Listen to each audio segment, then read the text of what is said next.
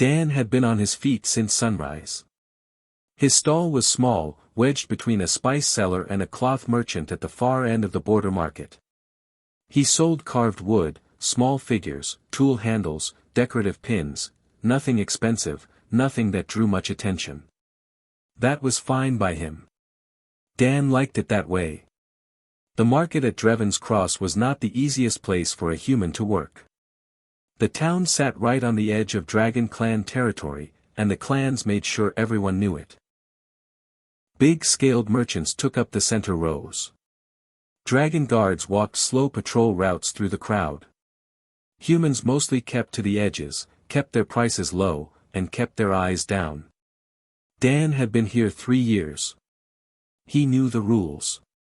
He folded his display cloth and tucked it into his cart. His back ached. His fingers were stiff from the cold morning air. All he wanted was to get back to his small rented room, eat something warm, and sleep. He lifted a wooden crate and slid it onto the cart. That was when he heard it. It was soft. So soft that the noise of the market almost covered it completely. But Dan had good ears, and something about the sound made him stop moving. It was crying. Not a loud cry. Not the kind that makes people turn and look. It was the quiet kind, the kind a child makes when they have been crying for a long time and have no more energy left for big sobs. Just small, tired sounds, coming from somewhere behind the stack of empty crates at the back of his stall. Dan set down the box in his hands. He walked around the side of the cart slowly, not wanting to startle anything. He looked behind the crates. A dragon hatchling sat on the cold stone ground. It was small, no taller than Dan's knee, with pale gray scales and wings folded tight against its back. Its eyes were shut, and its whole body trembled with each quiet breath. It had its arms wrapped around itself like it was trying to hold something in. Tears ran down its snout and dripped onto the stone. Dan stood very still. He looked around. The market was still moving. People passed the end of the alley between stalls. Humans, a few scaled merchants, a pair of traders from the eastern hills. Not one of them looked this way. Not one of them slowed down. A dragon child, alone and crying, and everyone just walked past. Dan looked back at the hatchling. He did not know what had happened to it. He did not know whose child it was or how it had ended up here behind his stall. He did not know if touching it would cause him trouble, and in this town, trouble with the dragon clans was not a small thing. He thought about all of that. Then he walked over, lowered himself to the ground, and sat down beside the hatchling. Not close enough to crowd it. Just close enough to be there. The hatchling flinched when it felt the movement nearby. Its golden eyes opened fast, wide with alarm. It pulled back against the crates. Dan did not move toward it. He just sat where he was, back against the wall, legs stretched out in front of him. He looked out at the alley, not directly at the child. He kept his face calm and his hands still. The hatchling stared at him. Dan said nothing. After a moment, the hatchling stopped pressing itself against the crates. It did not come closer. But it stopped trying to get away. The quiet crying slowly faded. They sat like that for a while. The noise of the market went on around them. Somewhere nearby a merchant was arguing with a customer over a price. A cart rolled past on the main road, wheels loud on the stone. The sky above the alley was turning the pale orange color of late afternoon. Dan watched it without really seeing it. He was not thinking about much. He was just sitting. Sometimes that was the only thing that helped, and you did not need to speak the same language to know it. After a long moment, he heard a small sound beside him. Not crying this time. Just a quiet breath. Steadier than before. Dan glanced sideways without turning his head. The hatchling had shifted slightly. It was still watching him with those wide golden eyes. But the shaking in its small frame had gone still. Dan looked back at the sky. He was not going anywhere just yet. Dan reached into the front pocket of his work coat. He did it slowly, the way he did everything right now. No sudden movements. No quick gestures. Just a calm, steady hand going into a pocket and coming back out with a small block of wood and a short carving knife. The hatchling tensed the moment the knife appeared. Dan understood that. He turned the knife so the blade caught the light, held it flat in his open palm for a moment, and then simply looked away and began to work. Not at the hatchling. Not at anything in particular. Just at the wood in his hand. The first cuts were simple. Rough lines to find the shape inside the block. Dan had been carving since he was a boy and his hands knew what to do without much thinking. That was the good thing about old skills. They did not need your full attention. They left room for other things. He did not look at the hatchling. But he could feel it watching him. The small creature had gone very still. The trembling had not completely stopped, but it was different now. Less grief and more curiosity. Dan had seen that before in animals, the way a frightened creature would sometimes forget to be afraid if you gave it something interesting to look at. Children were not so different. The knife moved in short, careful strokes. A curve here. A flat line there. The block began to lose its rough square shape and take on something else. Something with a long neck and folded wings and a small proud head. The hatchling leaned forward slightly. Dan kept his eyes on his work. The market sounds around them were getting quieter. The big merchants were packing up. The crowd was thinning. The orange light in the sky above the alley had deepened into something warmer and softer. Evening was coming in slowly, the way it did in this part of the world, like it did not want to rush anything. Dan brushed a curl of wood from his knee. The hatchling made a small sound. Not crying. Just a soft noise, almost like a question. Dan did not answer it. He just kept carving. The figure was taking shape now. He could see it clearly, a small dragon with wings half open, like it had just landed or was just about to take off. He worked the details with the tip of the knife. The line of scales along the back. The curve of each wing. The small sharp points of the claws. He worked until the light was almost gone. Then he stopped. He held the carved figure up and looked at it for a moment. It was not his best work. He had done it fast and in poor light. But it was honest. It looked like what it was meant to look like, and that was enough. Dan set it down on the stone ground. Right in the middle of the space between them. Not pushed toward the hatchling. Not held out like an offering. Just placed there, like it happened to land in that spot, and now it was simply part of the world. He put his knife away and looked up at the sky. For a long moment nothing happened. Then he heard the soft scrape of small claws on stone. He did not look. He heard the hatchling move. Heard it stop. Heard the tiny sound of the carved figure being picked up and turned over in small hands. Dan looked at the wall across the alley. The hatchling made another sound. Quieter this time. Lower. Something that was not quite sadness and not quite happiness but sat somewhere in between, the way a child sounds when something has touched a part of them they did not know was open. Dan sat with that. He did not fill the silence. He did not reach over or say something warm and pointless. He just stayed where he was, and let the moment be what it was. The sky went dark slowly. A few lights came on in the buildings above the market. The last of the merchants finished packing and moved off down the road. The alley went quiet except for the wind and the distant sound of the town settling into night. Dan felt a small weight press against his side. He looked down. The hatchling had moved close without him noticing. It was sitting against him now, the carved dragon held against its chest with both claws, its golden eyes closed, its breathing slow and even. It had fallen asleep. Dan sat very still. He did not move. He did not get up. He just let the child sleep and watched the stars come out one by one above the dark rooftops. Dan heard them before he saw them. Heavy footsteps. Fast and organized, not like the shuffle of late-market stragglers. These steps had a pattern to them, the kind that came from training, from discipline, from people who moved together without needing to think about it.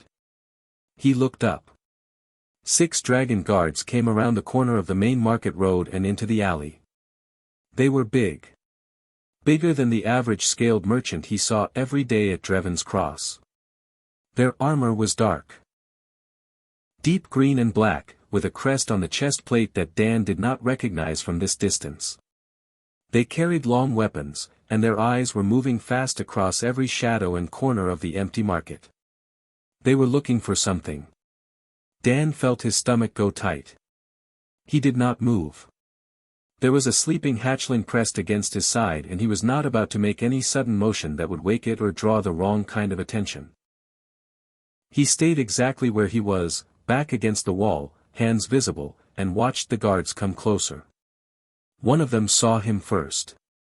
The guard stopped walking and the others behind her stopped almost instantly, the whole line of them pulling up like one creature. The lead guard was a female, broad across the shoulders, with a long scar running from her left eye down to her jaw. Her eyes fixed on Dan with an expression he could not read. Then they moved toward him. Dan's heart was beating hard but he kept his face still. He had done nothing wrong. He had only sat with a crying child. That was not a crime. He told himself that clearly and held on to it.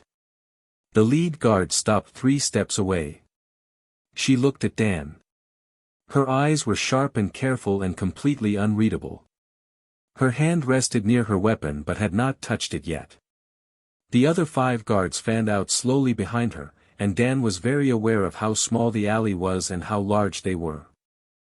Nobody spoke. Then the lead guard's eyes dropped. She saw the hatchling. Dan watched her face change.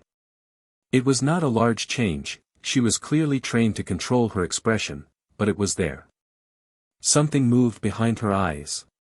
Something fast and sharp, like a person who has been searching for hours and has suddenly stopped being afraid of what they might find.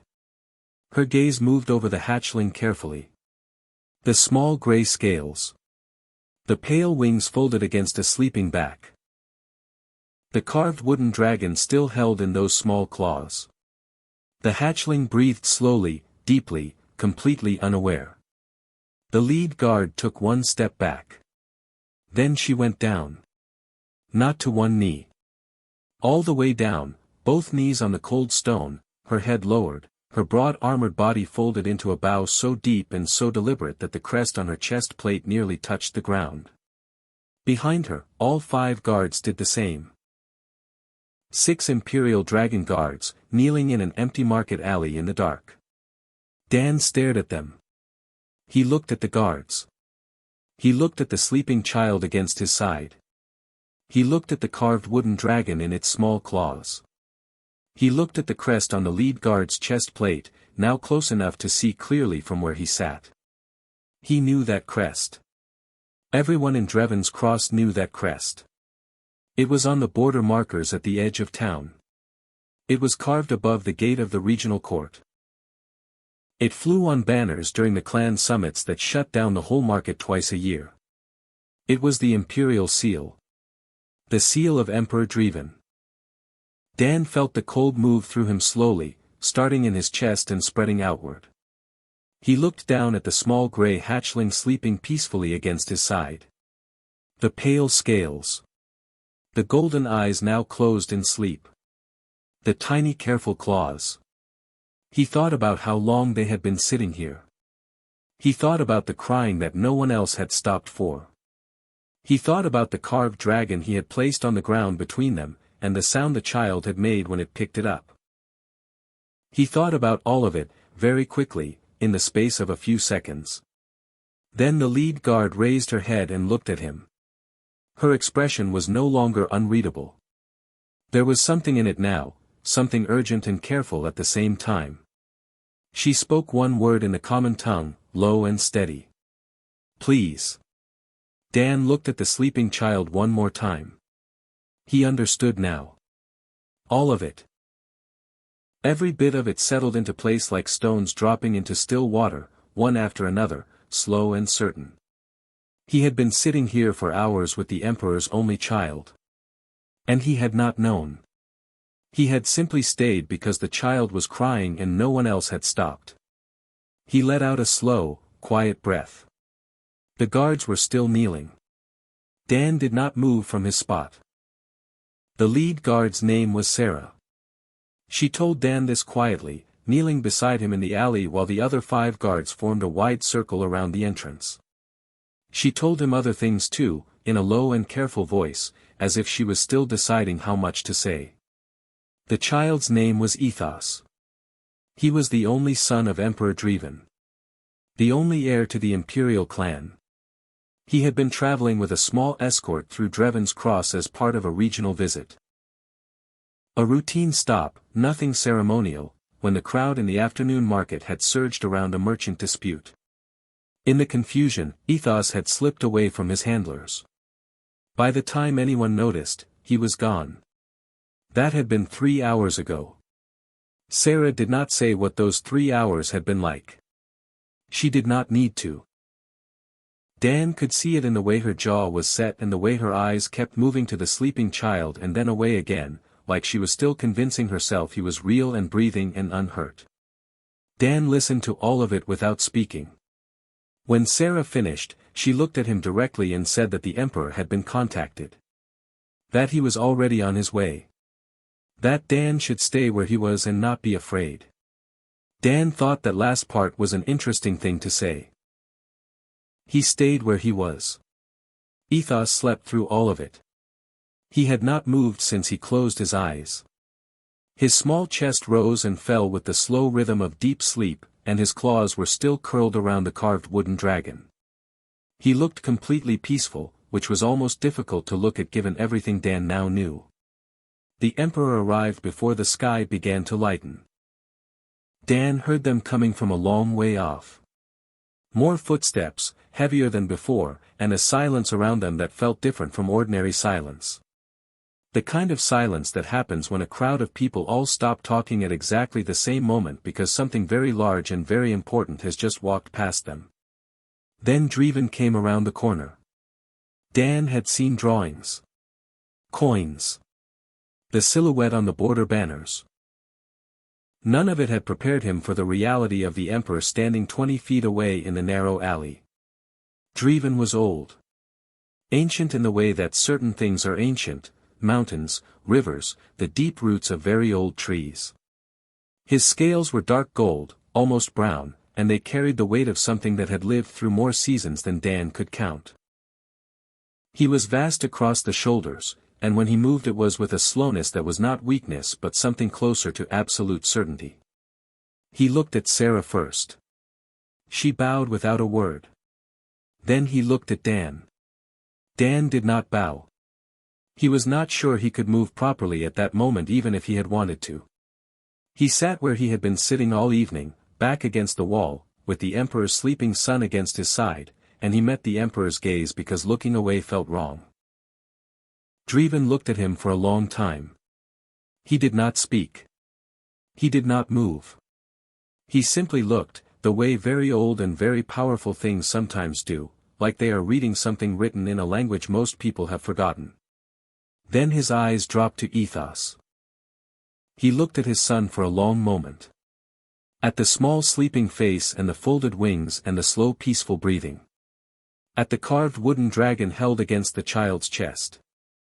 The Emperor's expression did not change, but something around him did, something in the air, or in the quality of the silence. Something that felt, very quietly, like relief. He looked back at Dan. He spoke one word. Why? It was not quite a question.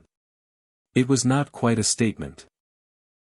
It sat somewhere between the two, low and steady, filling the alley without effort. Dan thought about it for only a second. He was crying, Dan said. And no one else stopped. The words were plain. There was nothing clever in them and nothing brave. They were just the truth, said simply, because there was no other version of it. Driven was quiet. The silence stretched long enough that Dan began to wonder if he had said something wrong. Then the Emperor looked at the carved dragon in Ethos's claws one more time. He reached out slowly with one large clawed hand and touched the edge of it. Just lightly. Just for a moment. Then he straightened and looked at Dan with something in his eyes that had not been there before. Dan could not name it exactly. But it did not feel like danger. Driven did not stay long. He lifted Ethos from Dan's side with both hands, slowly and carefully, the way someone handles something they are deeply grateful to find still whole. The child stirred but did not wake. He made a small sound and curled closer against his father's chest, the carved wooden dragon still held tight in his claws. Driven looked at it for a moment. He did not take it away. He turned and spoke quietly to Sarah in the dragon tongue. Dan did not understand most of it. But Sarah nodded and looked at Dan with an expression that was no longer guarded. Then the Emperor and his guards moved back down the alley and into the dark, and the sound of their footsteps faded, and the alley was empty and quiet again. Dan sat there alone for a little while. Then he got up, finished loading his cart, and went home. He did not sleep much that night. 3 days passed. Dan ran his stall the same as always. He carved his figures, set his prices, packed up at the end of the day. Nobody said anything unusual to him. Nobody treated him differently. He began to wonder if the whole night had been something he imagined. Then Sarah came to his stall on the morning of the 4th day. She was not in armor. She wore plain traveling clothes and carried nothing in her hands. She stopped in front of his stall and waited until he looked up. She placed a small flat disc on his table. It was dark metal, the size of his palm, and the Imperial seal was pressed into it cleanly and deeply. Around the edge, words were cut in both the dragon tongue and the common script. Dan leaned forward and read the common words slowly. It said, "This human sat with a frightened child and asked for nothing in return." That was all. No title. No rank.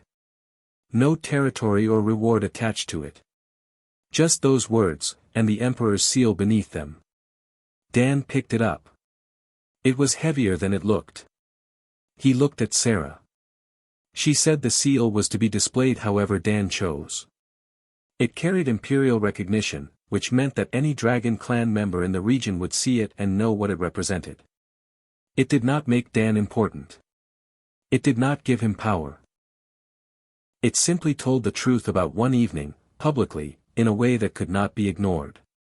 Dan set it down on the corner of his table where people could see it. Sarah left without another word. The change was not loud. It did not happen all at once. But it happened. The first thing Dan noticed was that the scaled merchants in the center row stopped looking through him. One of them nodded at him across the market on the 5th day. Just a nod. Nothing more.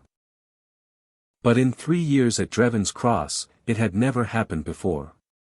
A dragon trader stopped at his stall and looked at his carvings seriously. She bought 2 of them and paid without arguing the price. The humans in the outer rows noticed. Of course they noticed. They noticed everything that shifted in this town because they had learned that small shifts mattered. Dan saw them standing a little straighter. Saw them making eye contact where they had not before. Saw a young human woman at the bread stall answer a dragon customer's question without looking at the ground first. Dan said nothing about any of it. He just kept carving. Ethos came back on the 7th day. He arrived with 2 guards this time instead of 6, and he walked up to Dan's stall with his chin up and the carved dragon tucked under one arm. He stopped in front of the table and looked at everything on it with very serious golden eyes. Dan waited. Ethos pointed at a small carved bird with careful wings. Dan wrapped it in cloth and held it out. Ethos took it with both hands, looked at it for a long moment, then looked up at Dan. He said one word in the common tongue, slow and deliberate, like he had been practicing it. Good, Ethos said. Dan smiled. Good, he agreed. Ethos came back twice more before the Imperial court moved on. Each time he brought the carved dragon from that first evening. Each time Dan made him something new. A horse. A small sleeping cat. Simple things, made carefully. On the last visit, Ethos looked at Dan for a moment before leaving. Then he held up the original carved dragon, just slightly, like he was showing Dan that he still had it. Dan nodded. Ethos turned and walked away with his guards. Dan watched him go. Then he picked up his knife and his next block of wood and went back to work. It was not a grand story. No battle. No great speech. No moment that songs would be written about. Just a man who stopped. And somehow, quietly, that had been enough.